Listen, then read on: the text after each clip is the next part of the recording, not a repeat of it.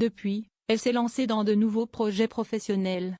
Elle a notamment participé accent aigu à l'émission Les Traîtres, aux côtés de sa fille Sophie Tapie, dont le prochain épisode est diffusé ce jeudi 8 mai.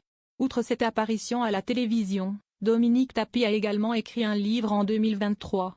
Dans Bernard, la fureur de vivre, aux éditions de l'Observatoire, Dominique Tapie se confie sur leur relation intense, marquée par des hauts et des bas.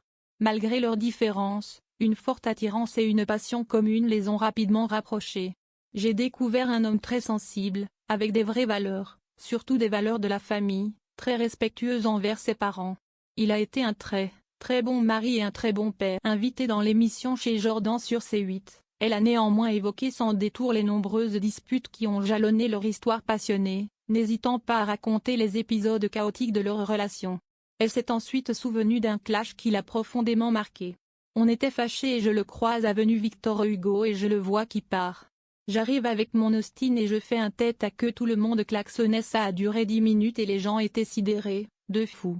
C'était ça la passion, la vie commune n'a pas été de tout repos.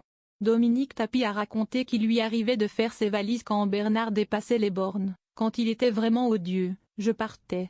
Comme on n'avait pas d'enfants, ça n'avait pas d'incidence.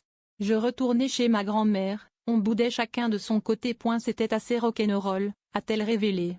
Elle le sait notamment remémorer une scène surréaliste avenue Victor Hugo, où, après une dispute, elle croise Bernard, effectue un tête-à-queue en voiture sous les yeux médusés des passants, illustrant la dimension passionnée de leur conflit. Dominique a confié avoir quitté le domicile conjugal au moins 10 fois.